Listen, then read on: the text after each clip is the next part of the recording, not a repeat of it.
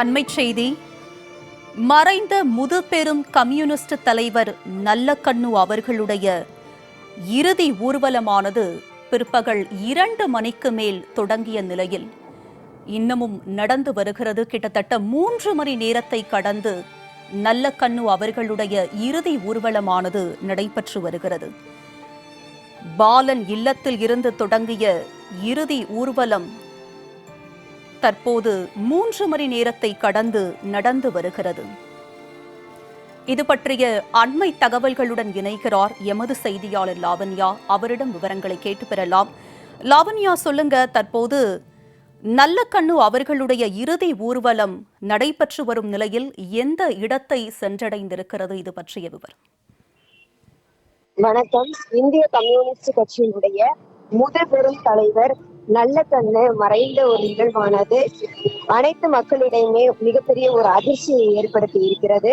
ஏனென்று கேட்டால் 80 வருட கால பொது வாழ்க்கை, அதே போல பொது உடைமை சித்தாந்தத்தோடு பொதுமக்களினுடைய நலனுக்காகவே உழைத்தவர் நல்லக்கண்ணு என போற்றப்படக்கூடிய அளவிற்கு அவர்களுடைய வாழ்நாள் என்பது அமைந்திருக்கிறது. குறிப்பாக இந்திய கம்யூனிஸ்ட் கட்சிக்கும் அதே போல நல்லக்கண்ணுவிற்கும் ஏறக்குறைய ஒரே வயது.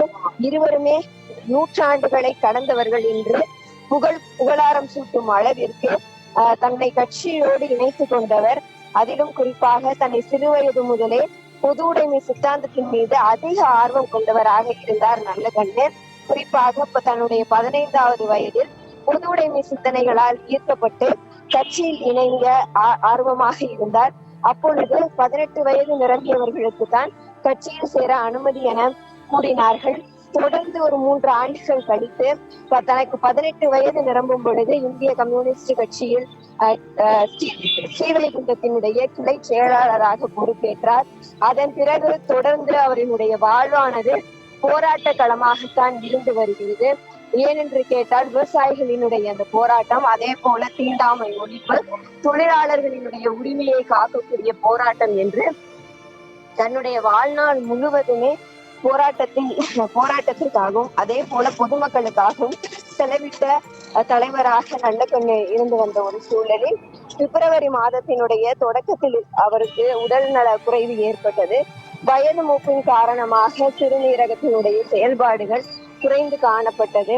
அதற்கு முன்புமே அவருடைய வயது மூப்பு காரணமாக ஒரு சில மாதங்களுக்கு முன்பு அவர் மருத்துவமனையில் அவசர சிகிச்சையில் அனுமதிக்கப்பட்டார். அப்பொழுது அவர்களுடைய உடல் நலத்தை தேற்றி மருத்துவர்கள் வீட்டிற்கு அனுப்பி வைத்திருக்கக்கூடிய சூழலில் இந்த மாதத்தினுடைய தொடக்கத்தில் இருந்தே அவர்களுடைய உடல்நிலை என்பது சற்று ஏற்ற இறக்கத்துடன் தான் காணப்பட்டது. இந்த ஒரு சூழ்நிலையில் நேற்று நல்லக்கண்ணினுடைய உயிர் மதியம் 1:55 மணி அளவில் பிரிந்ததாக ராஜீவ்காந்தி அரசு பொது மருத்துவமனை அதிகாரப்பூர்வமாக தெரிவித்தது. அதே போல இந்திய கம்யூனிஸ்ட் கட்சியினரும் நல்லக்கண்ணுவினுடைய மறைவை அதிகாரப்பூர்வமாக தெரிவித்தனர். இப்படியான ஒரு சூழ்நிலையில் கட்சி தொண்டர்களும் அதே போல அந்த கட்சியை சாராத மற்ற பிற கட்சி தலைவர்களும் தொடர்ந்து நல்லக்கண்ணுவினுடைய புகழை போற்றும் விதமாக அவருக்கு இரங்கல் அறிக்கைகள் வெளியிட்டனர். குறிப்பாக பல்வேறு அரசியல் கட்சி தலைவர்கள் சென்னை தியாகராய நகரில் இருக்கக்கூடிய பாலன் இல்லத்தில், அதாவது இந்திய கம்யூனிஸ்ட் கட்சியினுடைய தலைமையிடமான பாலன் இல்லத்தில் நல்லக்கண்ணுவின் உடல் வைக்கப்பட்டிருக்கக்கூடிய ஒரு சூழ்நிலையில் தொடர்ந்து அஞ்சலி செலுத்தி வந்தனர். மேலும் தங்களினுடைய வாழ்க்கையில் தாங்கள் ரோல் மாடலாக எடுத்து கொள்ளக்கூடிய ஒரு சிறந்த தலைவராக நல்லக்கண்ணு இருந்திருக்கிறார். அவர்களுடைய வாழ்க்கை என்பது அப்பழுக்கற்ற ஒரு வாழ்க்கையாக இருந்திருக்கிறது. ஊழலுக்கு எதிராக நின்றிருக்கிறார். அதே போல பணத்தாசை என்பது அவருக்கு துளியும் கிடையாது. முழுக்க மார்க்சிய சிந்தனையினுடைய வடிவமாக இருந்திருக்கிறார் தோழர் நல்லக்கண்ணு என்று வருகை தந்த ஒவ்வொருவருமே அவரை புகழஞ்சலி செலுத்தினர். அதிலும் குறிப்பாக இன்று புரட்சி தாய் சின்னம்மா அவர்கள் வருகை தந்து மறைந்த இந்திய கம்யூனிஸ்ட் கட்சியினுடைய முதுபெரும் தலைவர் நல்லக்கண்ணு அவர்களினுடைய உடலுக்கு அஞ்சலி செலுத்தினார். மேலும் பல்வேறு கட்சி தலைவர்கள் தொடர்ந்து அஞ்சலி செலுத்தி வரக்கூடிய ஒரு சூழலில் அவரினுடைய உடலுக்கு முழு அரசு மரியாதை அளிக்கப்படும் என தமிழக அரசு சார்பாக தெரிவிக்கப்பட்டது. இந்நிலையில் இன்று மாலை வேளையில் 3 முறை வானை நோக்கி 24 காவலர்கள் சுட 72 குண்டுகள் முழங்க அவருக்கு மிகப்பெரிய முழு அரசு மரியாதையானது கிடைத்தது. மேலும் நல்ல கண்ணுவை போல நேர்மையான ஒரு அரசியல் தலைவர், அதே போல ஒருவருக்கு உற்ற தோழனாக இருந்து அன்பு பாராட்டக்கூடிய அவருடைய குணம், எளிமையினுடைய முழு தோற்றமாக அவர் வாழ்ந்தது என ஒவ்வொன்றையும் சமூக வலைதளங்களில் பொதுமக்கள் பகிர்ந்து வருகிறார்கள்.